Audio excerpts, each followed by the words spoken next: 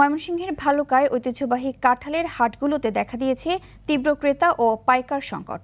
অতিরিক্ত গরম আর পরিবহন খরচ বেড়ে যাওয়ায় দেশের বিভিন্ন জেলা থেকে পাইকাররা না আসায় হতাশ স্থানীয় চাষিরা। অন্যদিকে পাবনার ঈশ্বরদীতে পাইকারি বাজারে সবজির দামে ধস নামায় আর্থিকভাবে চরম ক্ষতিগ্রস্ত হওয়ার আশঙ্কা কৃষকদের। প্রতিনিধিদের পাঠানো তথ্যচিত্রে আরও জানাচ্ছেন আবরার মাহি। ময়মনসিংহের ভালুকায় সিলেট, নোয়াখালী, সুনামগঞ্জ সহ দেশের বিভিন্ন জেলার পাইকারদের হাকডাক আর কোটি কোটি টাকার কাঁঠাল কেনা বেচায় যেখানে মুখর থাকার কথা ছিল সেখানে এখন বিরাজ করছে শুনশান নীরবতা।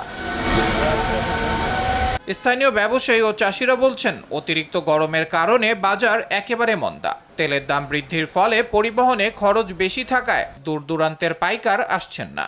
আর পাইকাররা বলছেন, বর্তমানে শুধু ভালুকায় না, সব জায়গায় কাঁঠালের বাজার মন্দা যাচ্ছে। সিলেট যাইতো, নোয়াখালী যাইতো, অনেকটা হাটিমাটি আয় না, আমরা কিনা বিপদ আছি। গরমের কারণে পাবলিক কাঁঠাল খায় না, এরপরে তেলের দাম বৃদ্ধিতে গাড়ি ভাড়া অনেক বেশি। পাইকার আসতেছে না, পাইকারের কাছে কাঁঠাল বিক্রি করতে পারি না, জায়গা নাই, গাছের কাঁঠাল গাছই ফসতেছে।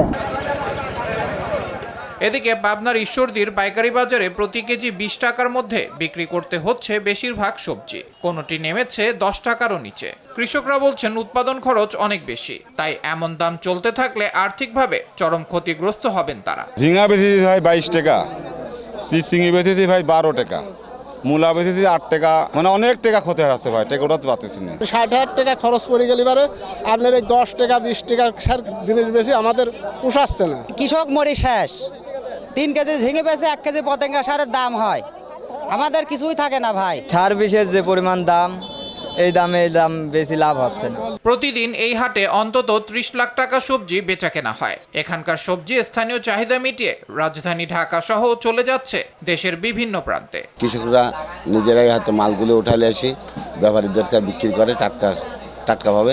সকাল থেকে আসে 11টা বিক্রি শেষ। বাংলাদেশের সব জায়গায় আনাচে কোনাচে কাঁচা বাজার যায়, প্রতিদিন হচ্ছে 1-20টা গাড়ি লোড হয়।